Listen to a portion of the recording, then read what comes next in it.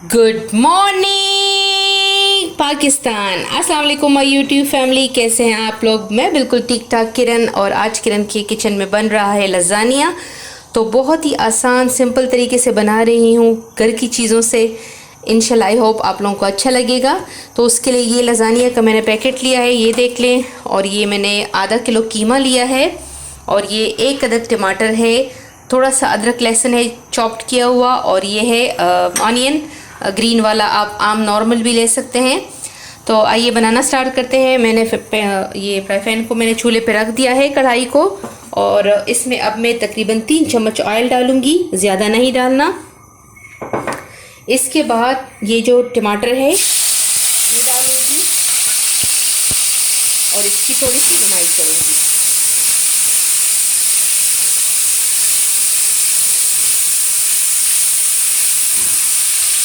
अदरक लहसुन 1 चम्मच के बराबर ये चॉप डाल दी हैं, और ये प्याज।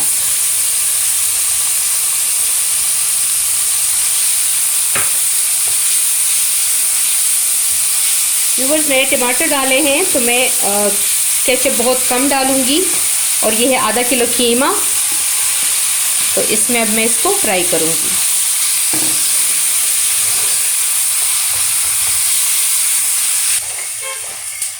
व्यूअर्स, ये पतीले में मैंने पानी रख दिया है, और मैंने चूल्हे को दरमियाने आंच मैंने दरमियानी कर ली है। अब ये लज़ानी की पट्टियाँ मैं एक एक करके इसमें डालूंगी, ताकि ये एक दूसरे के साथ चिपक ना जाए।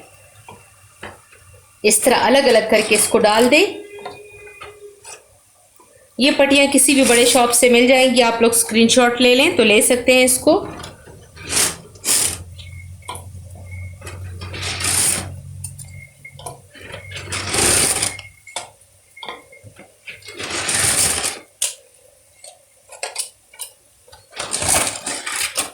इसको अलग अलग एक एक करके डालें।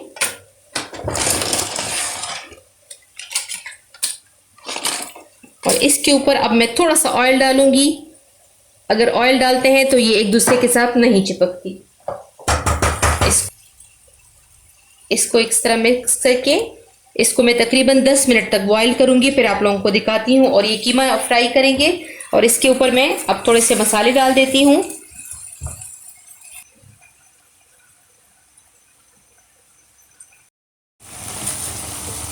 व्यूअर्स, इसमें ये 1 टीस्पून में नमक डालूंगी।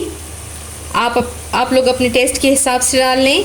1 टीस्पून ये सुर्ख मिर्च है कश्मीरी, इससे कलर बहुत अच्छा आता है। और ये है खुश्क धनिया, और ये आधा चम्मच मैंने हल्दी डाल दी है। इसको अच्छे तरीके से अब हम पकाएंगे।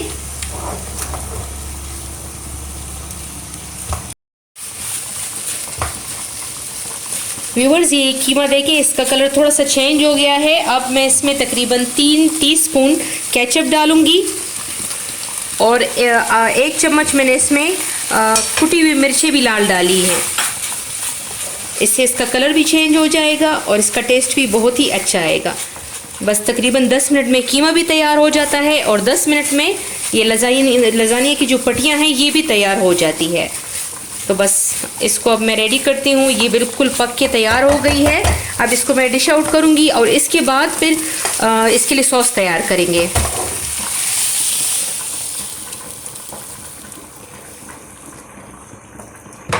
व्यूअर्स, मसाले जो है अपनी टेस्ट के हिसाब से भी आप लोग रख सकते हैं।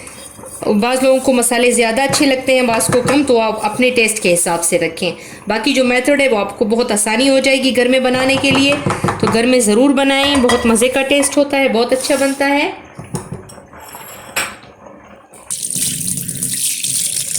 व्यूअर्स, मैंने लज़ानिया की पट्टियाँ जो है 10 मिनट में बिल्कुल तैयार हो गई है, लेकिन जब मैंने इसको छाना है तो इस पर ठंडा पानी डाल दिया है। तो आप लोग भी इसके ऊपर ठंडा पानी डालें, तो ये एक दूसरे के साथ चिपकेगी नहीं। ठीक है, तो ये 10 मिनट में बिल्कुल रेडी है। और अब हम सॉस तैयार करेंगे इसके लिए। व्यूअर्स, सॉस के लिए सबसे पहले ये तकरीबन 3 टीस्पून जो है बटर है, ये हमें मेल्ट करूंगी पहले।